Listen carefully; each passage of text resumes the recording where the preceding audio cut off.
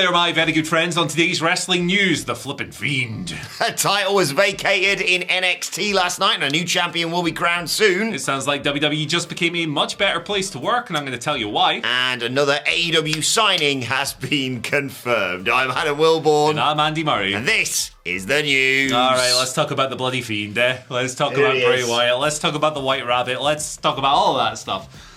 Fightful Select came out with a new report yesterday. Going to go over that in just a second. But to recap, these White Rabbit teases, the Jefferson, Starship or Airplane, one of the two. That song has been playing on a bunch of house shows. It's been playing during commercial breaks in the arena. There was a QR code. We talked about this a little bit yesterday, but obviously a lot of people are looking at this and going, hey, that's a bit spooky. It might be Bray Wyatt.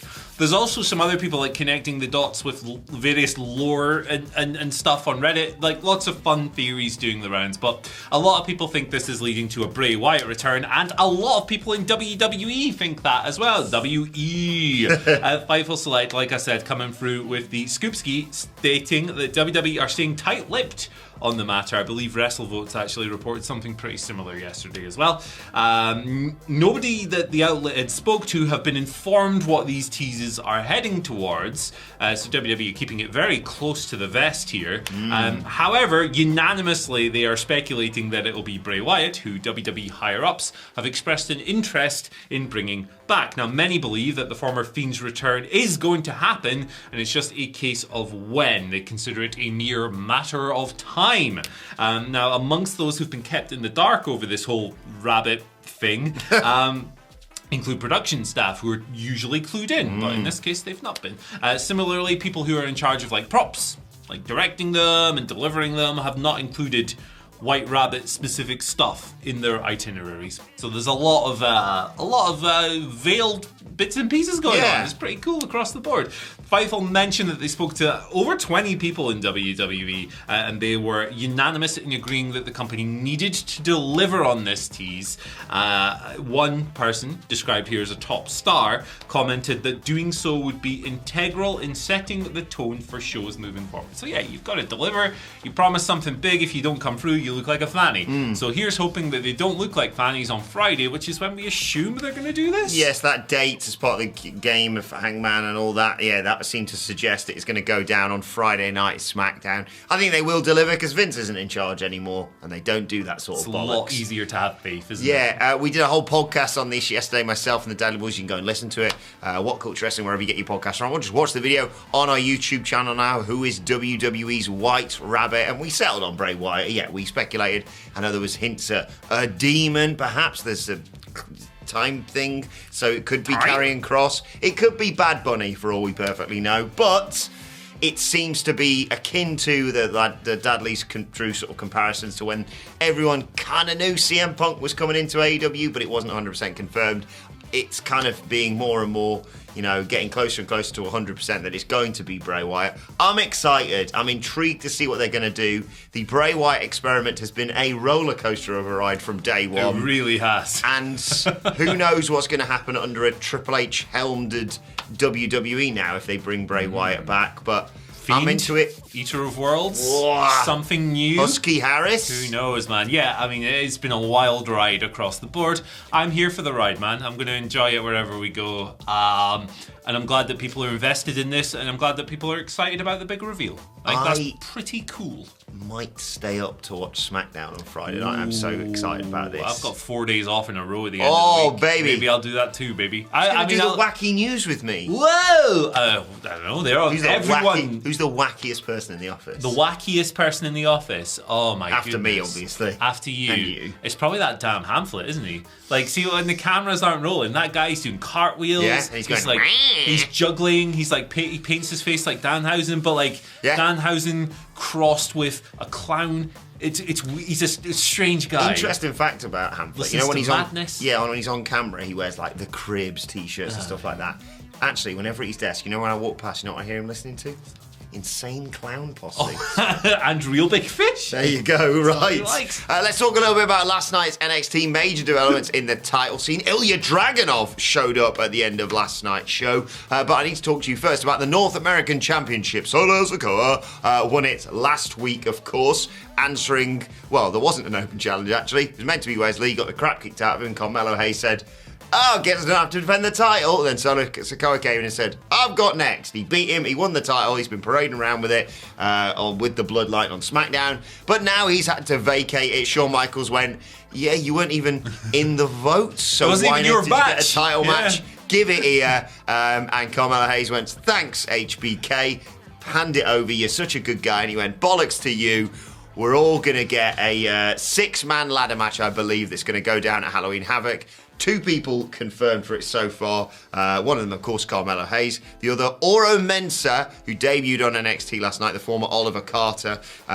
He's been on NXT UK, of course. He defeated Grayson Bloody Waller. But my money is on Tony D'Angelo, who's got to qualify against Wesley next week. He is majorly injured at the moment, brother. Yeah, hate to burst your bubble. I figured he might have lost this match, considering that no one's mentioned this to me with the spoilers. But yeah, Oro Mensah looked great. Who's the other guy who hangs out with Tony D'Angelo? You know that guy. Hey, Stacks, I'm There you here! go. Why do I do this to myself? More of him on the NXT Review podcast. Yeah, they are. That's right, boss. I kind of like the tacit acknowledgement here that impromptu matches are complete horse crap. Yeah, so I guess they'll never be doing them again in WWE. Yeah, I'm sure this represents a complete change in philosophy. But yeah, I kind of like that to a degree. It's an interesting move. Obviously, Solo's on the main roster now.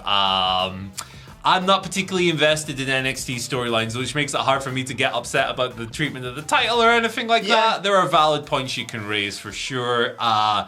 I think Solo's really good. I think Carmelo Hayes is really good. I think Mensah's really good as well. Yes, and Wesley, who probably qualifies next week, is going to be absolutely minting it as well. But I will say this, right, because I saw some people saying, well, why don't you just have Solo Sikoa in the match and have him lose? I think they just want to keep him strong and don't. And also, if they've just put him in the bloodline, it's a risky thing to put anyone in a ladder match. Six people, bodies, metal flying around. They've got big plans for him. I think he's transitioned perfectly onto the main roster. Don't risk it. This is, for me, one step up from him just going, don't want this. Yeah.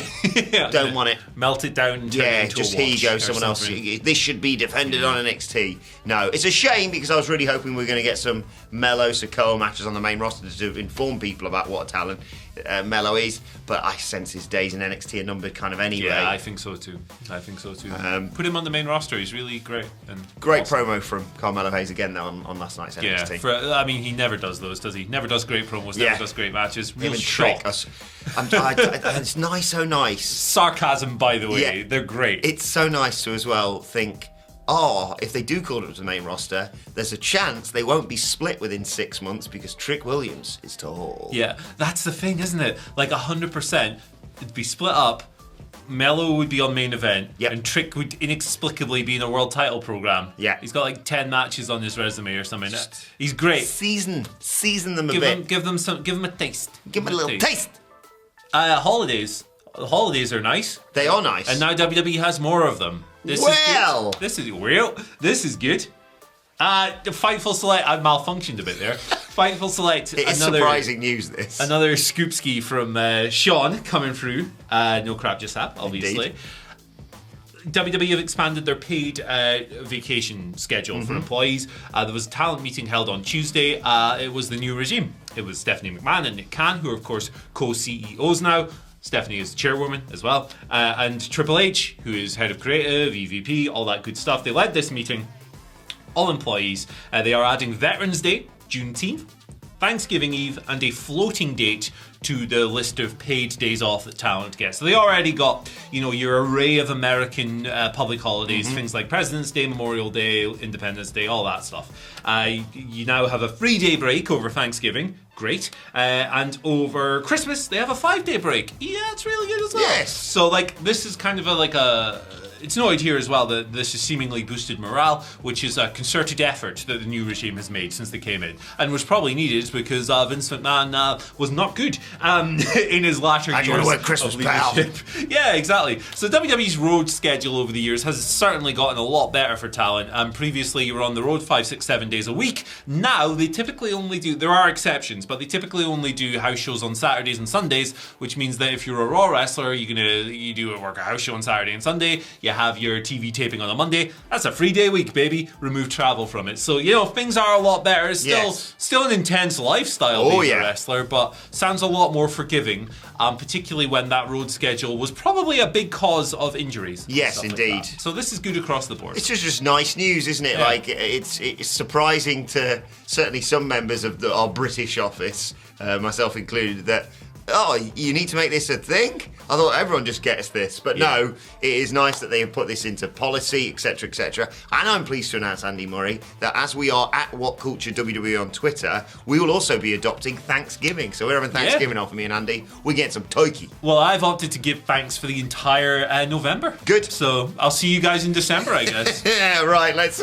move on to our final news story of the day. Layla Gray is all elite. Now, she hasn't been given the whole Layla Gray is all elite thing on Twitter thing, but it is confirmed. It was confirmed by Layla herself on an interview for the Dye Sporting Network, and she said this: AEW has been fantastic. I was working them for probably like a year and a half doing the dark matches. I started in March of 2021. This past summer in July, I was signed. Now I'm part of the baddies alongside the TBS champion, Jade Cargill. You already know Kira Hogan, Red Velvet, when she comes back. She's injured right now. But yes, she confirmed that she'd been signed with AEW since the summer. No big fanfare about this, but more than deserved, I reckon. And congratulations to Layla Gray. Yeah, congratulations to her. I mean, it shows kind of the further example of the success of the Dark and Dark Elevation pipeline, isn't it? Because I'm sure there are loads more examples, but Powerhouse Hobbs, the same thing. He showed up on some squash matches. He made an impression. He got a deal, and now he's being presented as a star of the future, or maybe a star of now. I think the guy's awesome. There are loads of other examples as well. We could sit here and rifle through them, but yeah, great for Layla. I like the baddies as a stable. I think that giving Jade a crew was a really awesome move. Added a new dimension to her act. It's like great the fact stuff. that she's binned off any other people needing to talk for her now. Yeah, like smart mark, bye. Big Stoke, I love Stokely halfway, but it wasn't necessary. Yeah. Mouthpieces, cut. Yeah. Sorry, Phil. First off, Tony. It's good. And I'm looking forward to Red Velvet returning because I think her and Jade in particular have really good chemistry. Indeed. So, happy for people getting jobs. Congratulations, Layla. Good job, Layla. Right, let's move on to your Twitter questions at WhatCulture WWE. Of course, if you want to get in touch with us. First question today comes from Phil Hughes. It says, "Morning, you sexy legend." Oh, wow. Do you think WWE ever considered recreating the Foley 98 Rumble with Bray Wyatt? Him entering 3 times with his cult leader, Firefly Funhouse, and Fiend gimmick, as Mick Foley did back in the day. Interesting. I don't think that they ever considered that while he was there. I think that we got kind of tastes of that when we did the Firefly Funhouse match. So that was probably an equivalent, at the very least, when he was playing different personas and things. For me, that's kind of like a late career thing you do, right? It's when you're not necessarily here for Foley, because he chopped and changed quite liberally between the personas. But Bray has kind of picked one and stuck with it for a couple of years and then flipped things up. He wasn't changing with the same regularity. So for him, it would make more sense as a late career kind of retrospective. Oh, Bray's back and he's doing all his characters. I don't think it would make a great deal of sense to do it in the present day if he's to come back, but I think they'll do it as part of maybe like a retirement. I think you're probably right there. Like you say, I think Foley sort of moved between his characters far more easily, and there was less of a all right, now I'm becoming this, Yeah. The Fiend and the cult leader have a slither of a connection. That's it. So you could do like the Fiend and the Mr. Rogers sweater guy. Yeah, that's fine. Because he wrestled as the happy sweater man during the pandemic and all that. But yeah, it's certainly something that I could see them exploring in the future. What do you reckon character Bray's going to come back with? Husky Harris. Yeah. The Nexus are returning. Muscle Man. Wade Barrett's in position. Rampant Rabbit from his funhouse. Rabid Rabbit. What was it called? Rambling Rabbit. Rambling Rabbit. Gee whiz. Rampant Rabbit. That's a vibrator. Yeah. Sid called him that yesterday. I corrected him before. Oh boy. Oh boy. By the way, Mick Foley, I think you know the guy. His name is Cactus Jack. Is genuinely one of my favourite memories from my childhood. Like a top 5 wrestling promo of that so era. good. It's incredible. Oh my god. I think you know the guy. His name is the Flippin' Fiend. Yes, he's got sausage fingers. There he is. Digital Fiend. Second question today comes from Mark Smith, asking about tonight's Dynamite. It's quite a big one tonight, isn't it? Yeah, it's a Grand Slam, which is also the name of my favourite breakfast at Denny's. So there you go. Action Bronson Friday. There you go. Is that right? Yes, he's wrestling tonight. Getting his ass handed on to Friday. him. Yeah, he's getting his ass handed to him. Action Bronson, I've watched his interview with Helwani, knows more moves than Dean Malenko. Wow. Dean Malenko knows 1,000. Locksmith Love action. Says, does MJF make it a triple threat tonight, or just come out and the winner and face the winner, who Mark thinks is going to be Moxley, to become champion tonight? I don't think he makes it a triple threat. I think they're going to continue with the idea of him kind of like holding all the cards, biding his time, plotting, scheming, waiting for an opportune moment.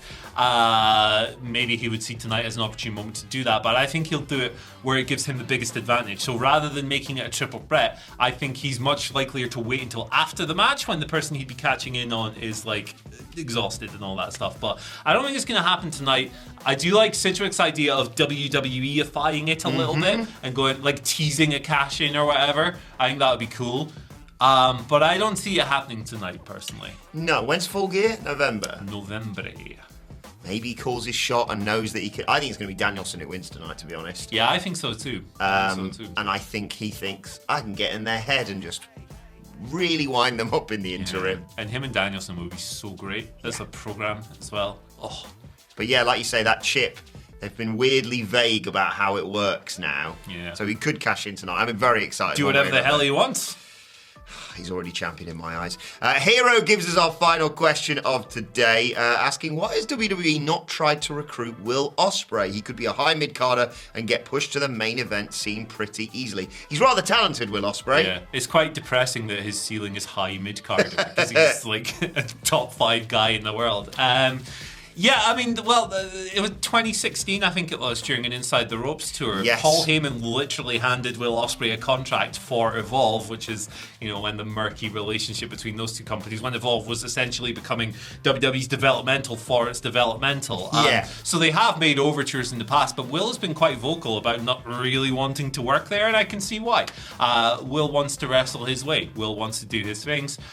He has tailored his style to fit the New Japan main event scene. His style is now obviously his own, but it's very much catered around the beats of how those matches work, and he's learned a lot from people like Okada from working with him and all that. So I think Will just wants to do Japan stuff, to be honest. And look, he's excellent at that, so fair play to him. Yeah, I think there's more chance of Will Ospreay going to WWE now Vince is gone and Triple H is at the helm, but I still don't really see it happening. I think he made the right decision anyway. I think at that age, you know, he was a prestigious young talent, obviously one of the stars of WCPW back in the day. And we are responsible for his success. We already knew about what talent he had back then. Everyone could see it.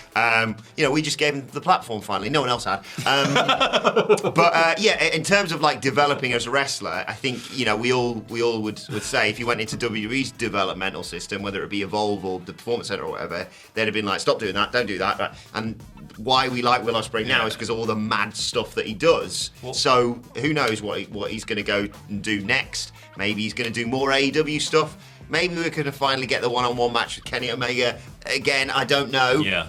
But I just don't see him going to WWE. I'm sure they've tried. I'm sure they will try. And I'm sure they're going to try and book Ricochet better. Because let's be honest, Will's going to go, what have you done with my mate? Oh yeah, you booked him terribly for about 20 years. Yeah, I think he's very happy. And I'm very happy to see him in this environment because I think it suits all of his strengths. Exactly. But yeah, keep an eye on What Will kind Ospreay. of gimmick do you reckon they'd have given him in 2.0? Like Billy Brexit or something? Yeah, 100%. Fish and Chip Man. He'd have been, something awful. Yeah, he would have been the Tower of Tea London. Crumpets. Oh god, Tea Crumpets. Oh god, Crumpy. I love NXT 2.0, but that makes me feel physically ill. The Butler or something like that. Will Ospreay, stop doing all your amazing, gravity-defying stuff. Instead, here's an umbrella. Brilliant. Well, his accent is very well defined, so they probably give him something. Michael Sidgwick does a spot-on impression. Absolutely perfect Will Ospreay impression. Right, let's move on. Speaking of impressions, let's move on to today's and finally. Because we've been found out, Andy. You and I have been busted. You know, I don't do this. We're all this. in this together, mate. No, we're not. So, full backstory. Go back to the beginning. A couple of days ago, Keith Lee, who's obviously defending the tag titles alongside Swerve against the Acclaimed on Dynamite tonight on Grand Slam, he tweeted business with a nice graphic of the match, to which AW on TV replied, and it's time to handle it, and the flexing emoji, to which he replied, indubitably.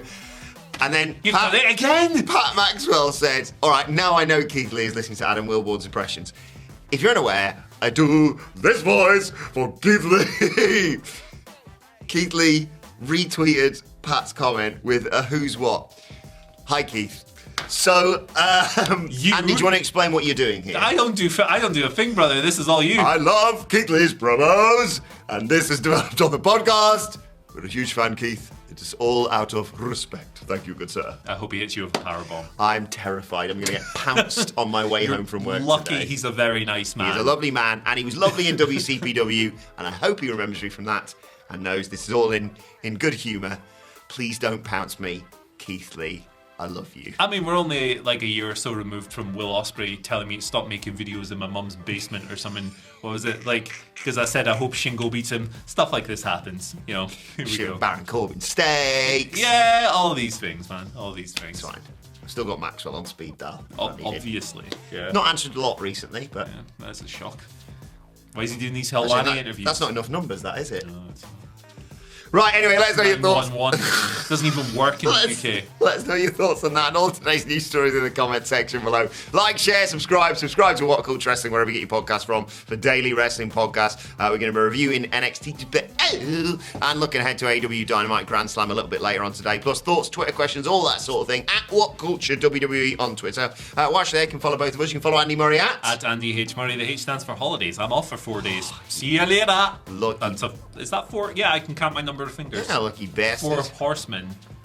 Yep. So jealous. Apocalypse. So, who's going to be doing the news with me tomorrow? Well, whoever pulls the short straw in the office, basically. Paul Roma. It's one of those things when I stand up and go, right, who wants to do the news? Everyone suddenly looks really busy. Phil will do it. Get Phil in. He's going to edit this specific bit out. Yeah, he is. He's going to be like, I'm going to sit with these pricks. He's got far too many busy things to do. At Phil My Chambers, if you want to follow him on Twitter. At Adam Wilborn for me. At WhatCulture WWE for all of us. But for now, my thanks to Andy Murray. Thank you for joining us. And we will see you soon, indubitably. Done it again.